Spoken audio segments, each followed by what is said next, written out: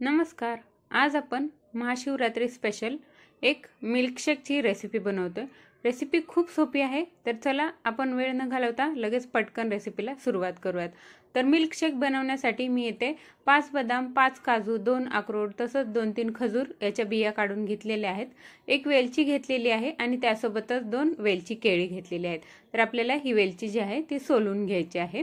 तर आता काय करायचंय, आता ही जी केळी आहे ती केळी आपल्याला सोलून घ्यायची आहे आणि या मिक्सरच्या भांड्यामध्ये घ्यायची आहे। आपण मिल्कशेक बनवतोय तर त्यासाठी मिक्सरच्या भांड्याची जरूरत पडते, म्हणून मी मिक्सरचं भांडं घेतले आणि ही केळी आपल्याला सोलून घ्यायची आहे। तर बरेच लोक असतात जे महाशिवरात्रीच्या दिवशी फराळ करत नाहीत किंवा मीठ खात नाहीत, तर अशा लोकांसाठी हे मी आज मिल्कशेकची रेसिपी बनवली आहे।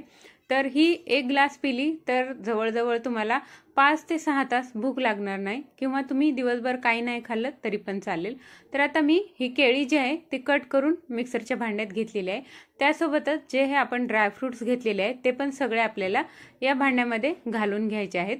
तसेच आपण मिल्कशेक करतोय तर दुधाची गरज पडते, तर यामध्ये आपल्याला 1 ग्लासभर दूध घालून घ्यायचं आहे।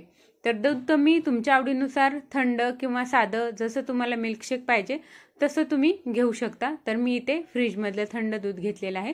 तर आता हे सर्व साहित्य आपलं टाकून झालेलं आहे। आता आपल्याला याला ग्राइंड करून घ्यायचं आहे। तर मस्त मिक्सरला हे फिरवून घ्यायचं, तर 1 मिनिटामध्ये आपलं हे असं मस्त घट्टसर असं मिल्कशेक तयार होतं। तर चला आपण लगेच याला सर्व करूयात।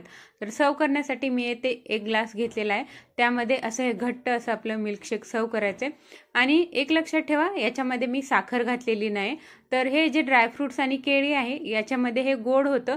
जर तुम्हाला आणखीन गोड पाहिजे असेल तर तुम्ही यामध्ये साखर घालू शकता। मी घातलेली नाही, साखर घातली नाही, म्हणून मी इथे मध घालते आहे। तुम्हाला मध आवडत असेल किंवा अवेलेबल असेल तुमच्याकडे तर तुम्ही जरूर घाला। तर इथे मी असं वरतून यावरती 1 चमचाभर मध घालत आहे। तसंच मी याला थोड्याशा पिस्त्यांनी गार्निश केलेलं आहे।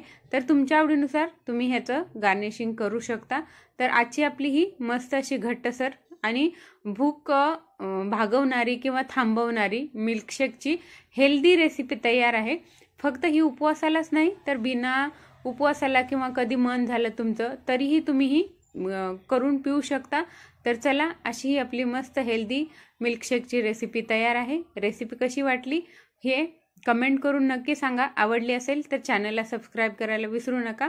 तर आजचा व्हिडिओ आपला असा छोटासा मस्त होता, कसा वाटला कमेंट नक्की करा। आवडला असेल तर जाता जाता सबस्क्राईब करून जावा।